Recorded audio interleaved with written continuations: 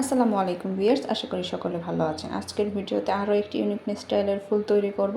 তো তার জন্য কিন্তু এখানে লং একটি কাপড় নিয়েছি, যার চওড়া হবে কিন্তু 1.5 ইঞ্চি এবং লম্বা নিয়েছি আমি এখানে 3 ইঞ্চি। তো 3 ইঞ্চিতে মার্ক করে কাপড়টি কিন্তু আমি এভাবে করে 2 ভাঁজ করে নিচ্ছি এবং নিচের যে বাড়তি যে কাপড়ের অংশটুকু রয়েছে সেটুকু আমি কাটিং করে দিচ্ছি। তো কাটার পর কাপড়ের যে বন্ধ অংশটুকু রয়েছে সেটুকু কিন্তু আমি কেটে দিচ্ছি।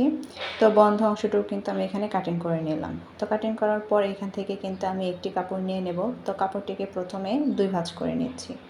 আমি কিভাবে ভাঁজগুলো দিচ্ছি একটু ভালোভাবে লক্ষ্য করবেন। তো 2 ভাঁজ করে দেওয়ার পর 3 কোণা করে আরও একটি ভাঁজ দিয়ে নিলাম। এরকম কিন্তু একটি কোণার শেপ আসবে এবং উপরের যে কোণার অংশটুকু সেটি কিন্তু মাঝখান বরাবর উপর দিকে নিয়ে মানে বন্ধ যে সাইডটি সেই দিকে রেখে আমি সেলাইটি করে দিচ্ছি। কিভাবে ভাঁজটি করলাম আমি আরও একবার দেখিয়ে দেব। তো তার আগে বন্ধ যে অংশটি সেটিকে এখানে কিন্তু আমি সেলাইটি বসিয়ে দিচ্ছি। সেলাই করার পর অবশ্যই এইভাবে একটু কাপড়গুলো ছড়িয়ে নেবেন। তো কাপড়টি কিন্তু আমার সেলাই করা শেষ। এবার পরবর্তী যে কাপড়টি সেটিকে আমি সেমভাবে ভাঁজ দিয়ে নেব। এভাবে করে প্রথমে 2 ভাঁজ দিয়ে নিচ্ছি, তারপর 3 কোণা করে এরকম করে ভাঁজ দিয়ে নেব। এবার বন্ধ যে অংশটি তার উপরে কোণার সাইডটি আমি এরকম মাঝখান বরাবর কিন্তু বসিয়ে দিচ্ছি।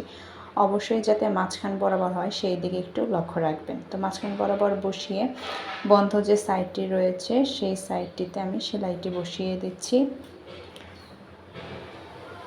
তো এখানে কিন্তু দ্বিতীয় যে কাপড়টি সেটিকেও কিন্তু আমার সেলাই করা শেষ। এবার হাত দিয়ে চেপে কিন্তু আমি এখানে সোজা করে নিচ্ছি।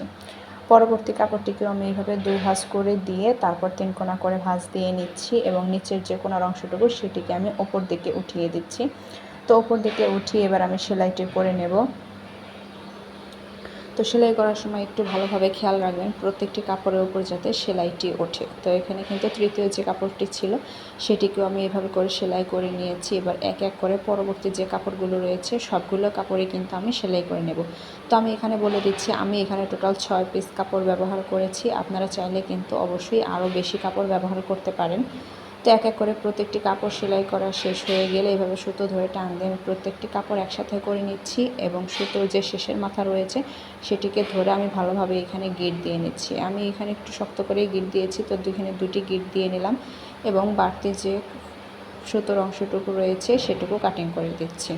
এবার আমি ফুলটা একটু ভালোভাবে কিন্তু হাত দিয়ে চেপে পাপড়িগুলো সোজা করে দিচ্ছি। খুব সহজভাবে কিন্তু ফুলটি তৈরি করে দেখালাম এবং খুব কম সময়ে। যদি ভিডিওটি ভালো লেগে থাকে অবশ্যই আমার পেজে একটি লাইক, কমেন্টস অ্যান্ড শেয়ার করবেন। আমার ইউটিউব চ্যানেল ড্রিমস ফ্যাশনে একটি সাবস্ক্রাইব করে দেবেন।